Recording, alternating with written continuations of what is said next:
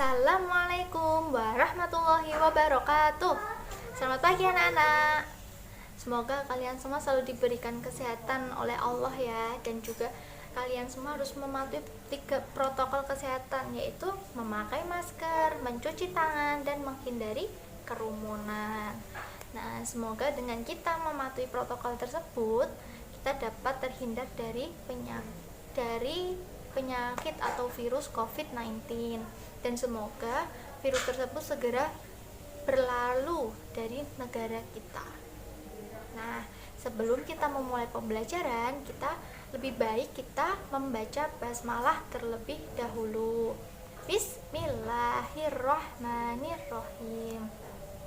Jadi, hari ini kita akan mempelajari tentang Asmaul Husna. Nah, jadi kita akan belajar mengenai materi Asmaul Husna. Ada yang tahu enggak apa itu Asmaul Husna?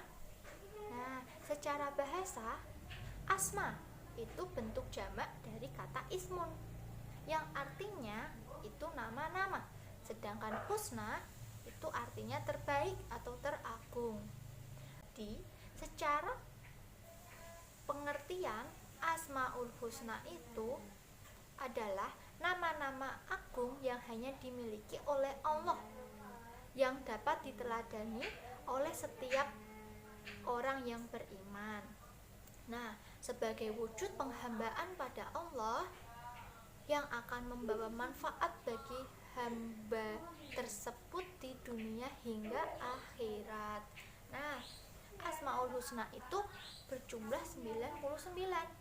Asmaul Husna itu 99 nama baik Allah. Nah, tapi di materi hari ini kita akan mengenal 3 nama baik Allah. Yang pertama ada Al-Malik, yang kedua ada Al-Aziz, dan yang ketiga ada Al-Qudus. Al-Malik itu artinya Allah Maha Merajai, Allah Maha Penguasa.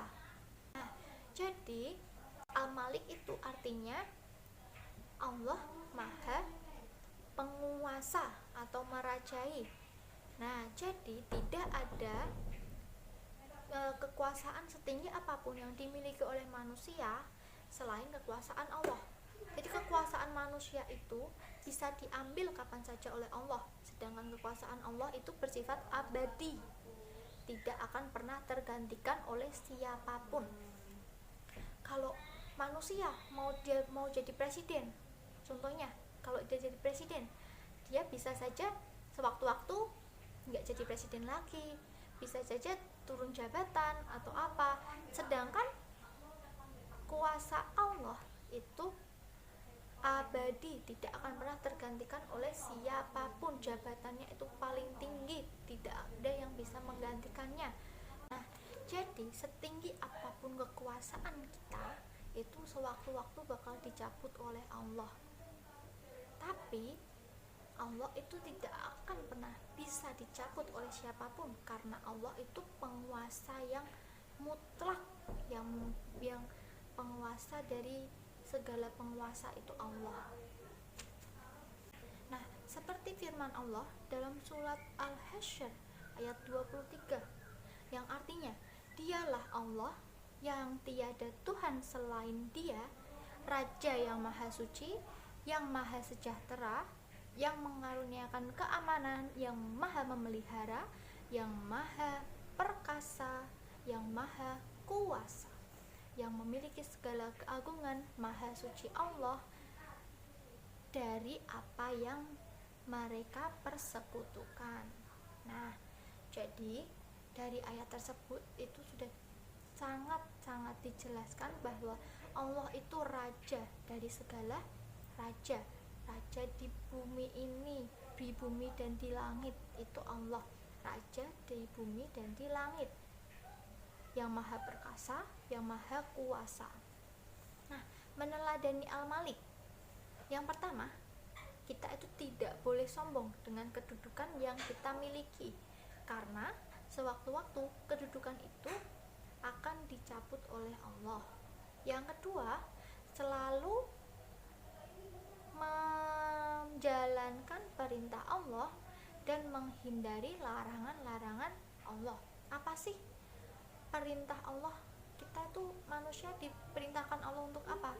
Untuk sholat, untuk ngaji, untuk menuntut ilmu dan melakukan hal-hal yang baik dan menghindari larangan Allah. Larangan Allah itu apa? Yang buruk-buruk, contohnya mencuri, mencontek, dan juga minum minuman keras, berjudi, narkoba. Pokoknya yang hal-hal yang buruk itu kita jauhi, kita hindari, karena itu perintah Allah. Kita disuruh untuk menjauhi larangan-larangan Allah. Dan yang ketiga itu kita harus selalu bersyukur dengan rezeki yang telah diberikan kepada kita dari Allah. Selalu bersyukur dengan apa yang kita punya. Tidak jangan iri kalau orang lain punya rezeki yang lebih, karena setiap orang itu sudah diatur rezekinya oleh Allah. Nah, yang kedua Asmaul Husna yang kedua, nama baik Allah yang kedua yang akan kita pelajari yaitu Al-Aziz. Al-Aziz artinya Allah Maha Perkasa. Al-Aziz itu memiliki arti yaitu Allah Maha Perkasa, yang artinya Allah adalah zat yang maha perkasa. Keperkasaannya itu bersifat abadi. Contohnya kalau di bumi itu kan ada Samson, tahu nggak? Samson yang ototnya besar. Nah, itu kan dia perkasa. Cuman sewaktu-waktu keperkasaannya itu bisa dicabut oleh Allah. Tapi kalau Allah itu bersifat abadi, tidak akan pernah ada yang bisa menandingi keperkasaan Allah. Nah, keperkasaan Allah itu ditujukan lewat terlaksananya segala kehendak Allah. Tidak ada satupun yang dapat menghalangi atau menghindari kehendak tersebut. Selain itu, sikap tunduk dan tidak dapat berpaling semua makhluk dari hukum alam yang Allah ciptakan. Hukum alam itu juga termasuk wujud keperkasaannya, sebagaimana firman Allah yang disebutkan dalam surat Al-Jumu'ah ayat 1, yang artinya senantiasa bertasbih kepada Allah apa yang ada di langit dan apa yang ada di bumi. Raja yang maha suci, yang maha perkasa, lagi maha bijaksana. Itu tadi arti dari Quran surat Al-Jumu'ah ayat 1. Nah, sekarang kita akan belajar mengenai meneladani Al-Aziz. Meneladani Al-Aziz yang pertama, memiliki sikap kuat dan tegar dalam menghadapi masalah. Yang kedua, bersikap sabar dalam menghadapi musibah yang datang. Contohnya, sekarang ini kita lagi ada musibah, kita sedang diberi musibah oleh Allah. Di seluruh dunia sedang diberi musibah oleh Allah, yaitu apa? Virus COVID-19. Nah, dengan musibah COVID-19 ini kita diajarkan Allah untuk bersikap sabar dalam menghadapi masalah. Yang ketiga, mengembangkan sikap pantang menyerah dalam menghadapi ujian yang diberikan Allah. Jadi kalau misalnya ada ujian, kok soalnya susah ya, mending nggak usah dikerjain aja lah, kan susah. Nah, itu tidak boleh. Adik harus bisa mungkin menjawab walaupun itu salah. Yang penting jangan pantang menyerah. Yang keempat, mengembangkan sikap rendah hati, saling menghormati, saling tolong menolong dalam kehidupan sehari-hari. Contohnya, kalau ada teman kita yang sedang jatuh, nah itu harus kita tolong. Terus juga kalau ada teman yang berbeda agama, itu juga kita harus saling menghormati. Contoh lagi, kalau ada teman yang warna kulitnya beda dengan kita, contohnya kalau dia hitam sedangkan kita putih, itu kita juga harus menghormati, tidak boleh mengejeknya, kulitnya hitam, itu tidak boleh. Dan tapi tolong menolong itu ada yang dibolehkan dan ada yang tidak diperbolehkan. Tolong menolong yang baik, contohnya kalau ada musibah misalnya bencana banjir, itu kita boleh menolong dengan memberi sumbangan kepada korban bencana banjir, korban bencana gempa bumi dan lain-lain. Tapi kalau yang tidak tolong menolong yang tidak diperbolehkan itu mencontek, itu tidak diperbolehkan karena itu tolong menolong yang buruk, yang dibenci oleh Allah. Dan yang kedua, tolong menolong dalam kejahatan seperti tolong menolong dalam hal mencuri, itu juga tidak boleh. Nah, yang ketiga, nama baik Allah yang ketiga itu Al-Qudus. Al-Qudus itu artinya Allah Maha Suci, tersucikan dari segala macam kekurangan. Jadi kesempurnaan itu hanya milik Allah. Allah itu suci dari sifat keji, hal-hal negatif. Allah tidak mempunyai anak dan juga tidak diperanakan, tidak mempunyai istri, tidak mempunyai anak, dan juga Allah itu sempurna, tidak memiliki kecacatan satupun. Dan tidak ada yang menyamai Allah, tidak ada yang menyerupai Allah. Semua makhluk yang ada di bumi dan ada di langit itu harus tunduk kepada Allah, karena Allah yang menciptakan langit dan bumi. Sedangkan kalau menyembah selain Allah itu disebut syirik. Kalau pelaku dari perbuatan syirik itu disebut musyrik. Contohnya, perbuatan syirik itu merupakan dosa besar dan dosa yang tidak dapat diampuni oleh Allah. Contohnya itu menyembah kepada patung, itu contoh perbuatan syirik. Sedangkan orang yang menyembah patung itu disebut musyrik. Kalau perbuatannya itu syirik, kalau orang pelakunya itu disebut musyrik. Nah, Al-Qudus itu selain Allah Maha Suci, juga Allah itu Maha Tinggi dan Maha Agung. Mensucikan Allah itu ibadah yang agung. Semua makhluk di dunia ini selalu bertasbih kepada Allah, bukan hanya manusia, tumbuhan, hewan, semuanya itu yang ada di bumi itu selalu bertasbih kepada Allah. Contohnya hewan kodok, krok krok krok. Nah, itu tuh dia sedang bertasbih kepada Allah. Firman Allah dalam surat Al-Isra ayat 44 yang artinya, langit yang 7, bumi dan semua yang ada di dalamnya itu bertasbih kepada Allah, dan tidak ada satupun melainkan bertasbih dengan memujinya. Tetapi kamu sekalian tidak mengerti tasbih mereka.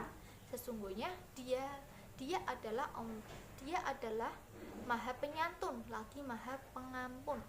Nah, kalau tumbuhan, hewan saja bertasbih kepada Allah, kita sebagai manusia masa nggak malu sih?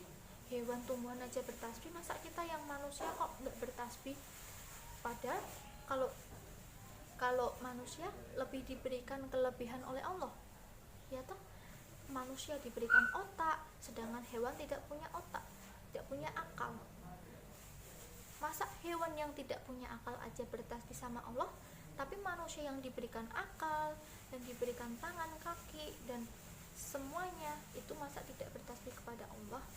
Nah, kita sebagai manusia itu harus bertasbih kepada Allah, harus selalu bertasbih kepada Allah. Nah, bertasbih itu adalah salah satu cara mensucikan Allah. Bertasbih adalah salah satu bacaan zikir. Nah, bacaan zikir ini yang kemarin habis kita pelajari, yaitu bisa bertasbih dengan subhanallah. Dengan bertasbih kita bisa mendekatkan diri kepada Allah. Jika tumbuhan dan hewan saja berzikir, maka kita manusia sebagai makhluk Allah yang mulia, yang harus taat kepada Allah, manusia harus selalu menebarkan kebaikan, melaksanakan perintah Allah dan menjauhi larangan Allah. Jadi kalau kita meneladani Allah, kita menjauhi larangan Allah, itu kita termasuk salah satu ciri-ciri orang yang bertakwa. Nah, sekarang kita akan belajar meneladani Al-Qudus. Yang pertama, menjaga lisan atau perkataan kita, itu harus kita jaga agar tidak menyakiti hati orang lain. Yang kedua, menyembah hanya kepada Allah. Tidak boleh menyembah kepada berhala, patung, atau binatang, itu tidak boleh. Yang ketiga, meminta pertolongan hanya kepada Allah. Yang keempat, mensucikan diri, hati, dan berbuat baik kepada Allah. Yang terakhir, yang kelima, yaitu mendirikan sholat tepat waktu. Yang kelima, yaitu mendirikan sholat tepat waktu untuk membersihkan hati dari sifat keji dan sifat mungkar. Nah, kalau kita sholat, itu kita terhindar, dilindungi Allah dari perbuatan-perbuatan yang buruk. Contohnya kalau misal kita mau mencuri, itu kita diingatkan Allah dengan sholat. Dengan itu kita selalu dilindungi oleh Allah. Nah, itu tadi 3 nama baik Allah yang kita ketahui, yang kita pelajari hari ini 3 dulu, yang sisanya besok-besok. Nah, hari ini itu dulu yang kita pelajari. Ibu tutup, lebih baiknya kita mengucap hamdalah, alhamdulillah. Semoga materi yang kita pelajari hari ini bisa bermanfaat bagi kita, baik di dunia maupun di akhirat. Semoga dapat bermanfaat dan dapat berguna bagi kita semua. Sekian dari saya. Wabillahi taufiq wal hidayah. Wassalamualaikum warahmatullahi wabarakatuh.